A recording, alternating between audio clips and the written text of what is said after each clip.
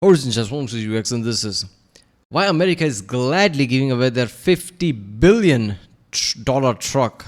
Okay, what the hell does that mean? $50 billion is the combined worth, or some truck is so insane that it's like development of the costed $50 billion. I don't know. Yeah, or one truck costs $50 billion. That would be insane. I don't think that's the case. Okay, so this is about where they're giving to Ukraine or something.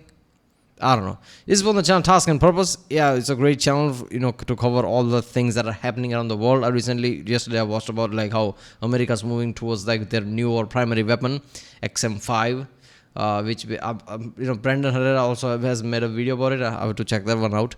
But yeah, basically the big ass, weapon with a better ballistic damage and things like that, because people have better armor now and things like that. So yeah. This is about some truck that they're giving away. Why? They just made a mistake and they didn't need it and they just found a buyer or something. Okay. It's going to be interesting. Let's watch it. Remember, if you like my Nixon, don't forget to subscribe so I know which type of videos to react to more. You can help this channel by helping the algorithm and things. If you haven't seen other reactions to like Task and Purpose and things, check out the link in the description or in the end of the video end card. And yeah, let's do it. On October 4th, 2022, the U.S. government announced 200 Max Pro MRAP vehicles were being sent to Ukraine as part of a new $625 million aid package. This armored vehicle's unique development story takes us through the biggest change in America's defense equipment strategy since World War II.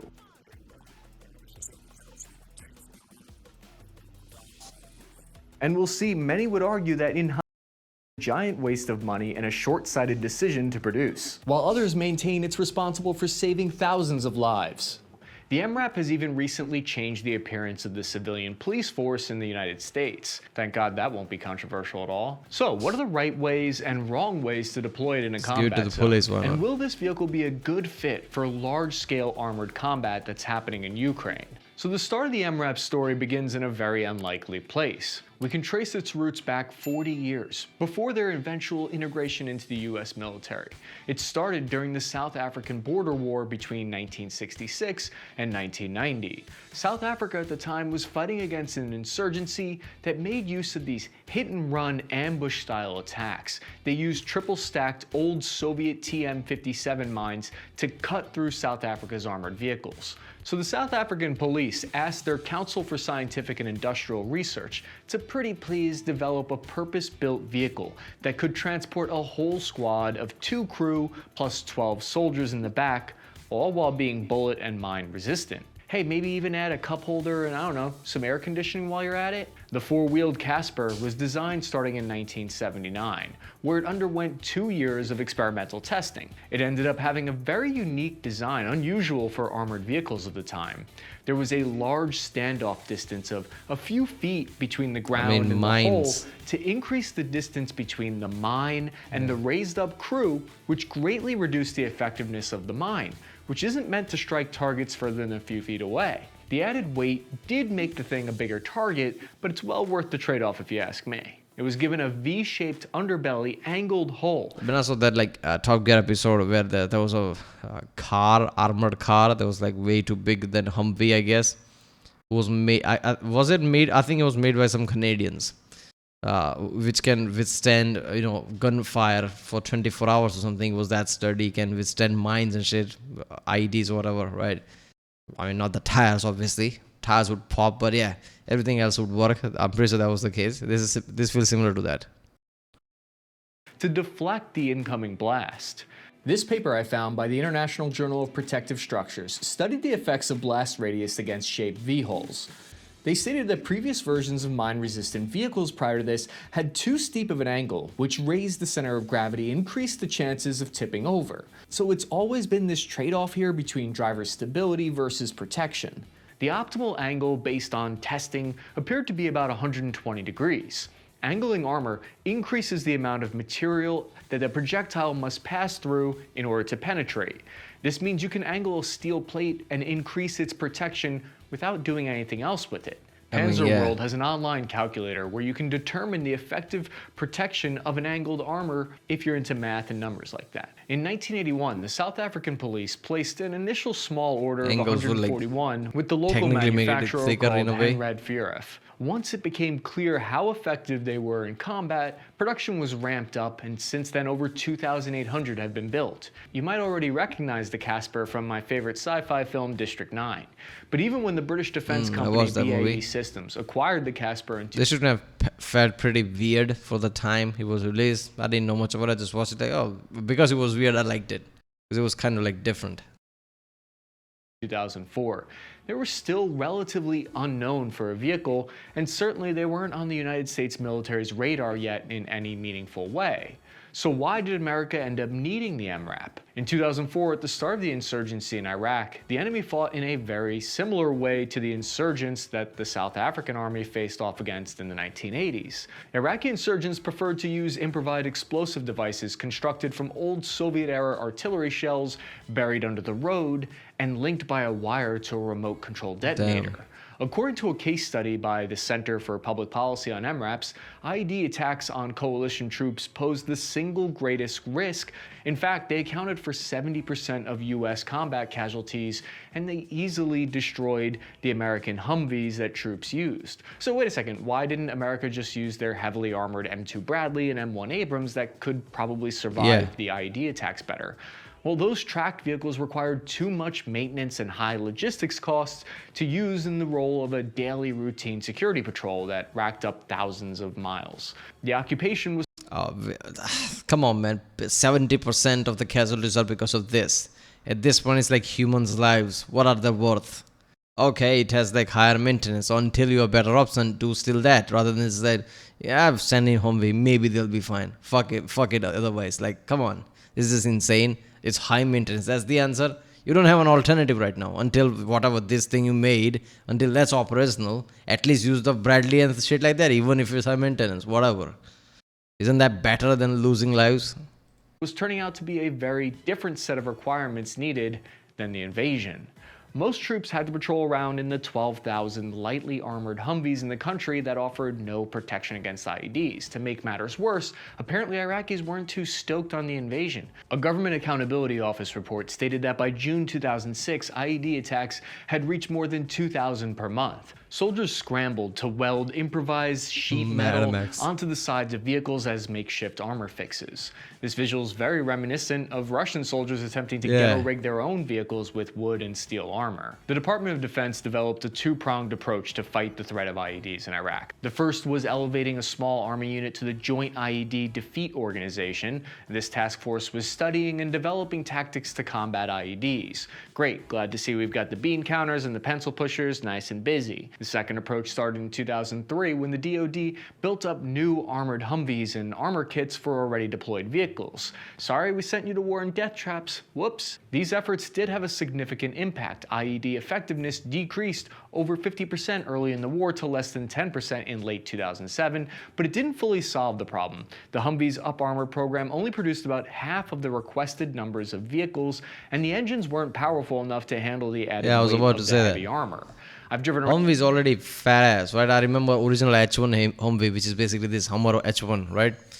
Which was like good, but engine was already kind of like struggling with its weight. Now you're gonna add armor to it, like how that would make sure like you have to maintain engine pretty normally, right? Like every time you go out and come back, you have to check your engine, because that would be like overheating, like pistons might be melting at that point because of this.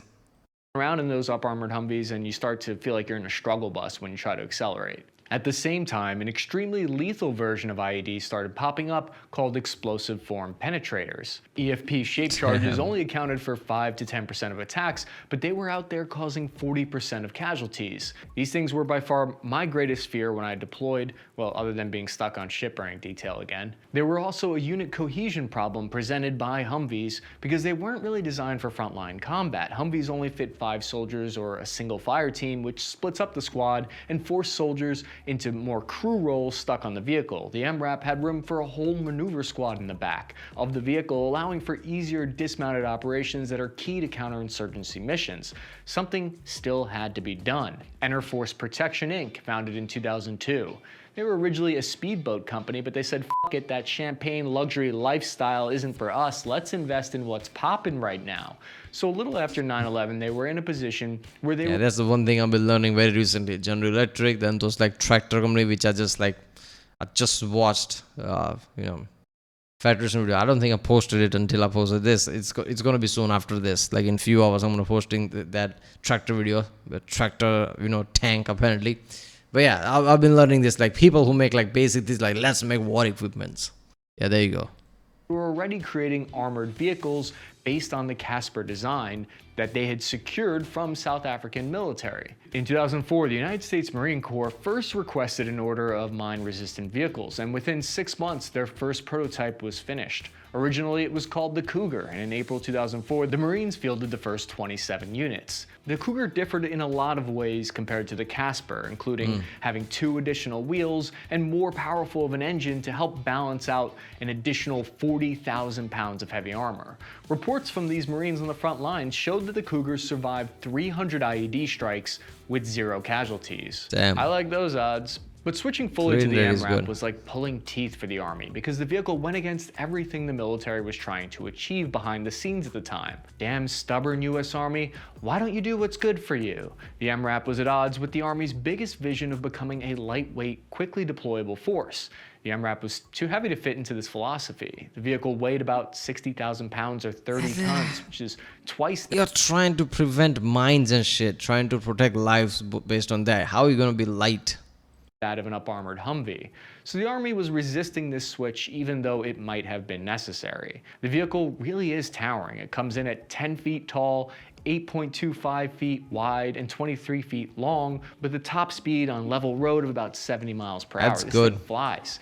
The US version was created with all of NATO's armor and weapons standards and requirements in mind. It had a remote-controlled thermal weapons station that could be fitted with any weapon of your choosing, from a 50 caliber machine gun to a Mark 19 automatic grenade launcher, dealer's choice. From tests that we've seen in the Mark vehicle 19, online, definitely. it appears that the armor can stop 50 caliber rounds as long as they're not armor-piercing munitions, which will go right through. The US military certainly knew about and were aware of the MRAP's capabilities. It boasted a 400% increase in troop protection over the Humvee. Troops were 10 times more likely to survive an attack in them.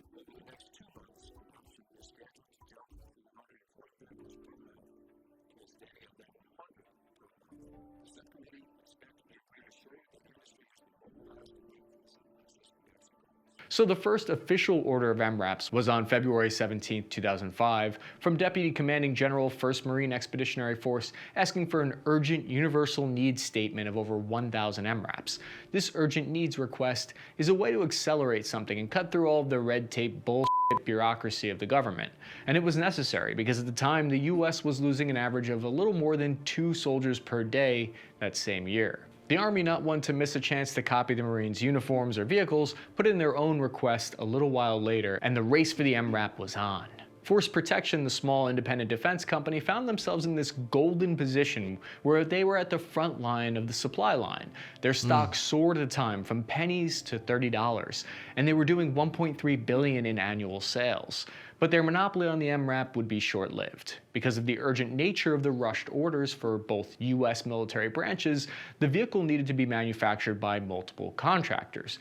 BAE, General Dynamics, Oshkosh, and Textron made deals with Force Protection to use their MRAP designs. These trucks had almost 0 development time, and the rate at which they were being produced is touted at being the largest and fastest industrial mobilization since World War II. Wait, isn't anyone going to stop to ask if we're going to still need these vehicles after we pull out of Iraq and Afghanistan and stop fighting against unarmored America. opponents?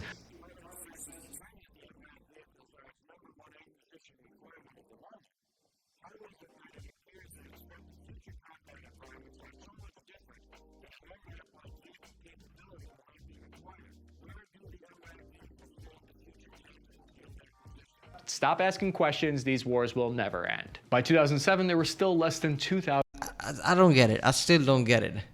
All right, these vehicles will not be needed in the future. So let's just have all the soldiers get killed in Humvees. What is the answer we're looking for?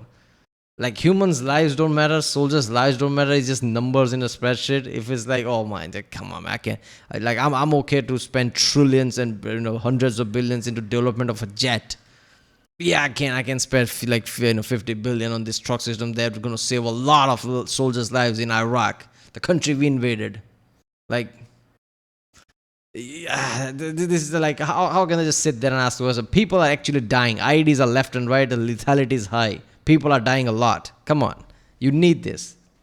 1,000 MRAPs deployed to Iraq and Afghanistan. Former Secretary of Defense Robert Gates wrote a memoir called Duty, detailing the internal politics that prevented the MRAP from going into widespread service earlier in the war.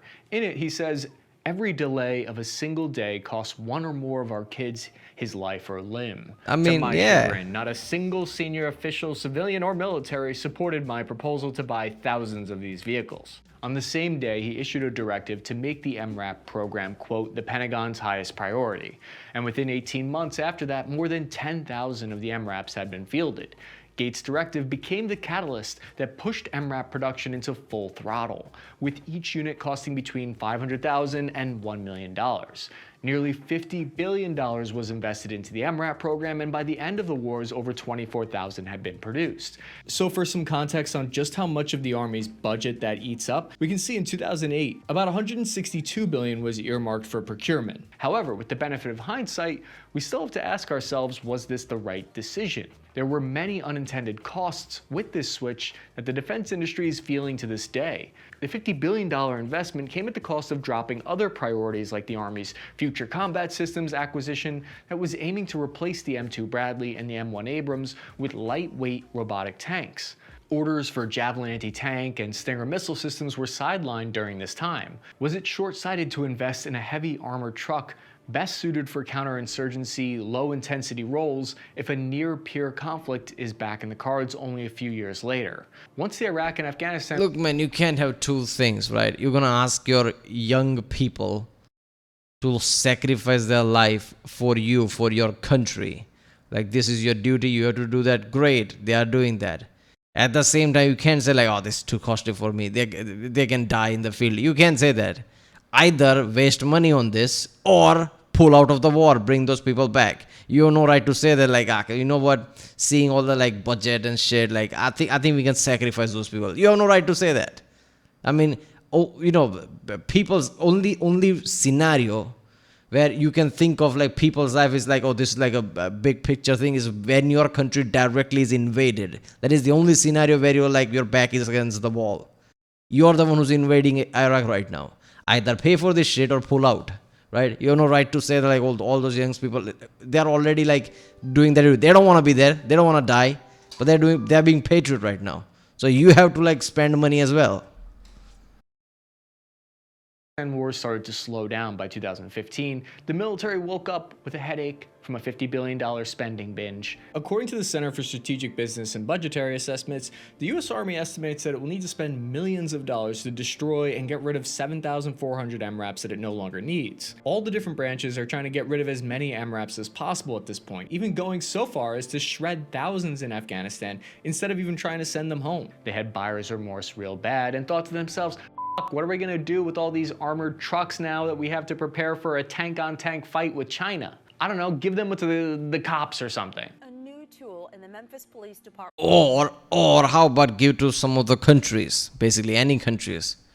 That is your thing. US sells equipment. US and Russia is like one of the two biggest like military equipment sellers.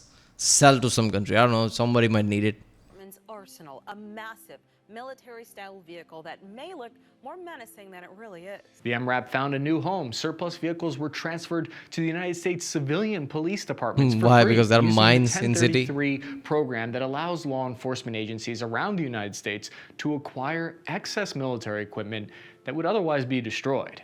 As of July 2020, About 1,059 That's why they have MRAPs tanks. have been transferred to police agencies. This has raised the question about the militarization of police. Yeah. Or it could be the media's misunderstanding of these armored vehicles and their whole Yeah, people who's like afraid, like Americans are afraid to give too much power to the federal government. At the same time, don't have problem with giving too much power to the police. It's like, I mean, come on, right? Why do you need this? Why does police need it? Like, what are IEDs? Which IEDs are in which city? This is like an overkill. It's like, might as well, no, just sell to some of the military equipment, let it be military. Don't give it to civilian things. Come on. I'm pretty sure there was like a video where one of the police department also had a tank. For what? So they can like, in some bad scenario, they can suppress their own city. Like become like authoritarian at that point. Original point. The MRAP is, after all, originally based on a South African police vehicle, and without the mounted grenade launcher or 50 caliber machine gun, really doesn't have any teeth, and it's relegated to a defensive role. Since January 1st, 2016, law enforcement agencies have seen a record 129% increase in violence and attacks, according to the National Law Enforcement Officers Memorial Fund. Police and SWAT cars up until now have had zero armor and bullets cut through them like Swiss cheese, which arguably should have been made bulletproof years ago. On the other hand, if you take one look at how some police SWAT teams look today, it's hard to deny that they're starting to look more indistinguishable from military soldiers in some cases. I mean, yeah. There are interesting arguments on both sides for sure, and if you're interested, I think the topic deserves its own video. How you feel about the police officers acquiring the MRAP will likely have to do with where you fall on the pro-police spectrum, which is why I say give them main battle tanks, but it seems to me there are some interesting arguments on both sides. Do you have the ramifications of that, man? Seriously, as like your democracy and freedom as a core, the ramifications are insane. Like, I get it, like, things are becoming dangerous, but you need to look at it, why it's becoming dangerous. You need to tackle that from any point of view, political or anything. If they are attacking you more, become more, more like, bolster them. If they're attacking more, might as well make them into a fucking army, give them tanks, like, give them, M1 Abrams and shit. No, that's insane. This is civilian areas. Come on, man. This is police. Though. So the MRAP is great against an insurgency, but what about against a traditional army? Well, mines are certainly a factor in Ukraine. We've seen plenty of evidence of anti-tank mines and booby traps being placed by both sides, and the MRAP would most likely be a good option for advancing across terrain laden with explosives. The high mobility of the vehicle across muddy, swampy terrain will be very beneficial for the Ukrainian military, can be infantry vehicle, right? Vehicle You don't does need make to its Bradley center for of this. gravity more prone to rollovers, which could make it a liability for crossing harsh river terrain, as we've seen here. But much of the armor-on-armor engagements will see the MRAP's biggest disadvantage being that it will be outgunned. The vehicles sent to Ukraine are largely without any weapon systems on it, so it appears Ukraine will have to find armaments for themselves. Bradleys and things are like, okay, this is like a war zone, enemies are there, you need to be armed. That's what Bradleys are for. But if you're like traversing a long range, but you don't know like which one of them like mined or not, you're just trying to pass through like multiple miles and whatever, this kind of truck is fine. You don't know if there's like enemy there or not. So unless it's just like battlefield area, you don't need a Bradley. So this can work that way. And so the MRAP loses one of its greatest strengths here without the remote controlled weapon station on top. I think this limits the MRAP to being best used as transporting infantry to the front lines and trying to avoid sustained combat. But I wouldn't rule out Ukraine surprising us with how they end up using the vehicle. Yeah. Thank you for watching this episode. I mean, you can modify it, you can mount anything at all. I'm sure like you can modify it somewhat, like put a guy with a fucking mounted gun or something. That can be enough in certain scenarios, who the fuck knows. Yeah. Well, that was why America's gladly giving you the 50 billion truck. Yeah, I don't know, like, if you're going to send your people into a country you're going to invade, and if they're dying left and right because of mines, at the time you can say like, yeah, 50 billion, that's like too much, let's not do it type of thing. Obviously they made it, but all the questions that were like being asked in the Senate kind of pissed me off. Like, you can't just say like, are our soldiers expendable because that's money too much? You have the money, you spend on ridiculous shit. These soldiers like risking their life, they don't want to be there, right? They don't want to be there at all, but they are being patriotic right now. They are doing that for their country. They're sacrificing themselves. Best you can do is spend some fucking money for them, right? If they are going to risk their life and just put their life in your hand, you have to do everything in your power to save them if you can. Right? You can't just say, oh, they're expendable or something. That's just insane. But yeah. Well, if you like my reaction, don't forget to subscribe, and I'll see you next time.